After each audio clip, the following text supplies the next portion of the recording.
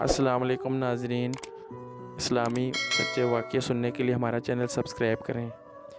کون نہیں جانتا کہ موت کے بعد انسان کا جسم کچھ عرصے میں مٹی کے ساتھ مٹی ہو جاتا ہے اور سوائے ہڈیوں کے کچھ بھی باقی نہیں رہتا،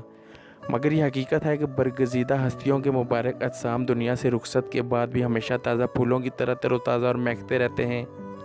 اگرچہ بہت سے لوگ ان باتوں پر یقین نہیں رکھتے، لیکن 1932 میں قدرت نے ان کا کھلا ثبوت ہزاروں انسانوں کی آنکھوں کے سامنے عیاں کر دیا۔ ان دونوں عراق شاہ فیصل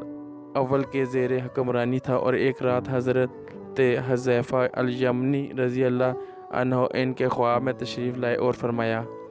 اے بادشاہ جابر بن عبداللہ رضی اللہ عنہ، اور مجھے دجلہ کے کنارے سے نکال کر کسی محفوظ مقام پر منتقل کرو، کیونکہ میری قبر میں پانی بھر چکا ہے، جبکہ عبداللہ انصاری رضی اللہ عنہ کی قبر میں بھی پانی بھر رہا ہے۔ شاہ فیصل اول اپنی مصروفیات کی وجہ سے اس بات پر توجہ نہ دے پائے، تو یہی خواب اگلی رات بھی انہیں نظر آیا، مگر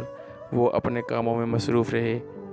تیسری رات حضرت حذیفہ رضی اللہ عنہ عراق کے مفتی اعظم کے خواب میں تشریف لائے اور فرمایا کہ میں بادشاہ کو 2 راتوں سے ہماری منتقلی کا کہہ رہا ہوں، مگر وہ توجہ نہیں دے رہے۔ آپ ان پر زور دیجئے کہ وہ ہمارے قبور منتقل کرنے کے انتظامات کریں۔ اس کے بعد مفتی اعظم، وزیر اعظم اور شاہ فیصل اول کے درمیان ملاقات میں طے پایا کہ مفتی صاحب اس بارے میں فتویٰ جاری فرمائیں گے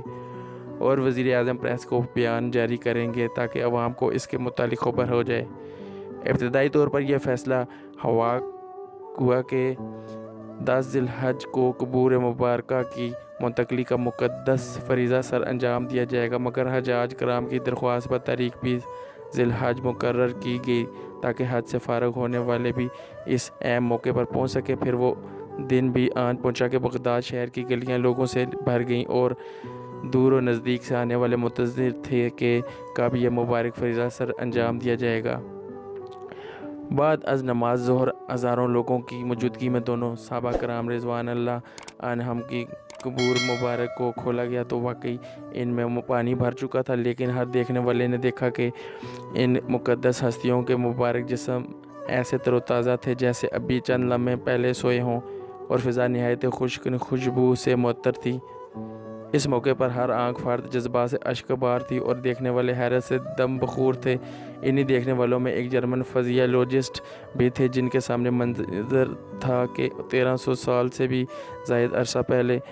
دفنائے گئے مبارک جسم زندہ انسانوں سے بھی زیادہ تر و تازہ نظر آ رہے تھے۔ انہوں نے بے اختیار مفتی اعظم کے ہاتھ تھام لیے اور درخواست کی کہ انہیں مسلمان کیا جائے۔ اس موقع پر بے شمار عیسائی و یہودی بھی مسلمان ہوئے اور قبول اسلام کا یہ سلسلہ کئی سال تک شدت سے جاری رہا۔ دجلہ کے کنارے سے دونوں صحابہ کرام رضوان اللہ عنہم کی قبور کو حضرت سلمان فارسی رضی اللہ عنہ کے مزار کے قریب منتقل کر دیا گیا، جو کہ اس وقت بغداد شہر سے 30 میل کے فاصلے پر واقع ہے۔